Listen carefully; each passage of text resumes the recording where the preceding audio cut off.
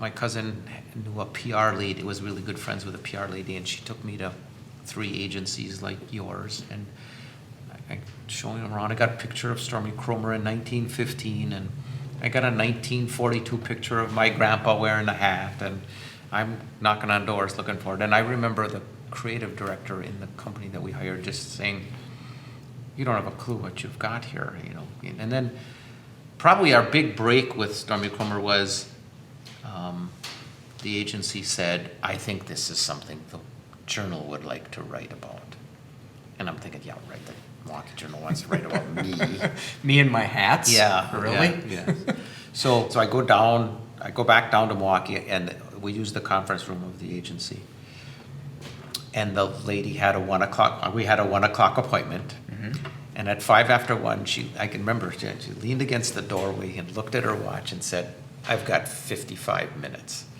And I can remember saying to myself, "Bob, what are you doing here? She doesn't want to be here. Her boss sent her to this stupid interview." So we're done with the interview, okay? And she's lunging at me to hug me. And I can see a clock right there. And she's lunging at me to thank me. And I looked over her shoulder, and the clock said 20-4. Wow. So her 55 minutes was more than up. And it's just kind of a fun story because her name was Doris Hajewski, and she looked at me and said, she's still holding me in the hug, and she's talking to me, and she says, "This is really cool. I think I'm going to get my editor to go up north and spend a couple of days up there." So up she comes, and then we had it in the bag then, because our area is full of cool people that wore Stormy Kromer hats. Like, one of the great traditions for the working man in a Stormy Kromer hat was you owned 2 hats, a church hat and a work hat. And when your work hat went to just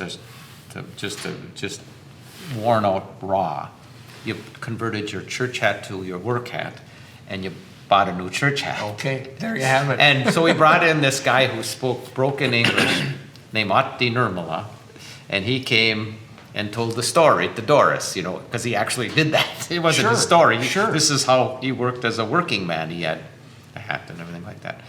And then we had a 76-year-old gentleman whose father sold Stormy Kromer hats at the time when Stormy Kromer was still selling them. And as a 10-year-old, he remembers Stormy Kromer being in his dad's store selling hats, so he told that story. So then Doris leaves, and she says, "I've been the front page of the business section only once in my entire career. I think this is number 2.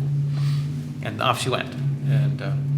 And then I just happened to be on a Sunday flying from Detroit to the Wausau or Mosinee airport.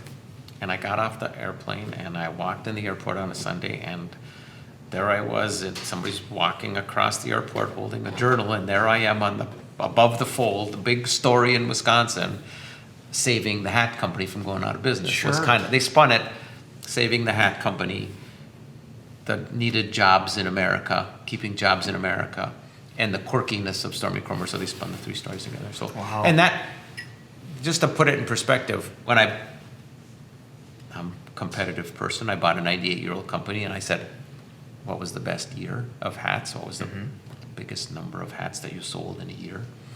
And he told me, and I told myself, someday I want to break that number.